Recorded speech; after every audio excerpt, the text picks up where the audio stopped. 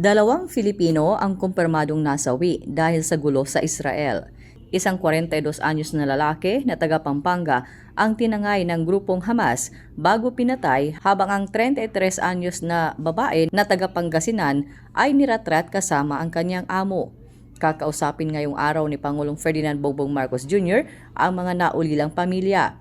Hiniling din ng mga kaanak na wag nang ihayag sa publiko ang pagkakakilanlan ng mga nasawi. Yung isa po ay habang pinepuwersa ng militante, mga terorista yung kanilang pinto. Pagbukas po ng pinto, niratrat po yung mag-amo, yung caregiver at saka yung kanyang amo. Yung isa po ay pinatay pero hindi po namin alam kung anong circumstance. Pero isa po siya dun sa mga natangay ng Hamas sa kasagsagan po ng pananalasa ng mga terorista. Nakikipag-ugnayan na ngayon ang Embahada ng Pilipinas sa Israel para maiuwi sa bansa ang bangkay ng dalawa. Sinabi naman ni Philippine Vice Consul Patricia Narajos na mayroon pang isang bangkay ang sumasailalim pa sa DNA test para matukoy kung ito ay Filipino. Ikinalungkot ito ni Pangulong Marcos. Sabi ng Pangulo, titiyakin ng pamahalaan na ligtas ang mga Filipino sa Israel. 3 Filipino pa ang hindi nahahanap habang na-rescue na ang 26 na iba pa.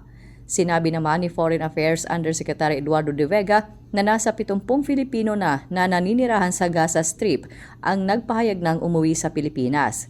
Pero hihintayin muna nila ang go signal ng Israel kung papayagan na makauwi rin sa bansa ang kanilang mga asawa na Palestinian.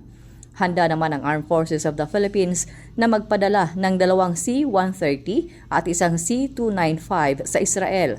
Ayon kay AFP spokesman Colonel Medel Aguilar, may nakalatag ng plano ang kanilang hanay sakaling ipatawag sa isang humanitarian mission. Sabi ni Aguilar, ang Adana Airport sa Turkey ang tinukoy na temporary safe haven sa mga ililikas na Pilipino. We have already identified the Adana Sakirpasa Airport, Turkey, as the temporary safe haven. From there, we will be shuttling Filipinos who are affected by the conflict with the identification of Haifa Airport and the Tel Aviv Airport in the Ben Gurion Airport. But all of this will only be executed based on the recommendation or instruction coming from other government authorities. Inilagay na rin ng DFA sa Alert Level 2 ang sitwasyon sa Israel.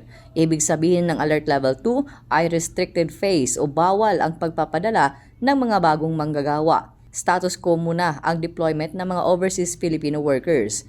Una nang sinabi ng DFA na mayroon sanang 100 OFW na hotel workers ang patungo sa Israel sa susunod na linggo. Sumasailalim din sa negosasyon ngayon ang pagpapadala ng caregivers na una nang sinuspindi ng Pilipinas noong 2020. Sa kabila ng gulo, wala pang balak ang Embahada ng Pilipinas na irekomenda kay Pangulong Marcos na magpatupad ng mandatory repatriation. Pinatay daw kasi ang dalawa sa unang araw pa lamang ng bakbakan. Sa ngayon, unti-unti na raw gumaganda ang sitwasyon sa Israel. Nababawi na rin daw ng puwersa ng Israel ang mga lugar sa Gaza Strip na nilusob ng Hamas. The embassy has not recommended it because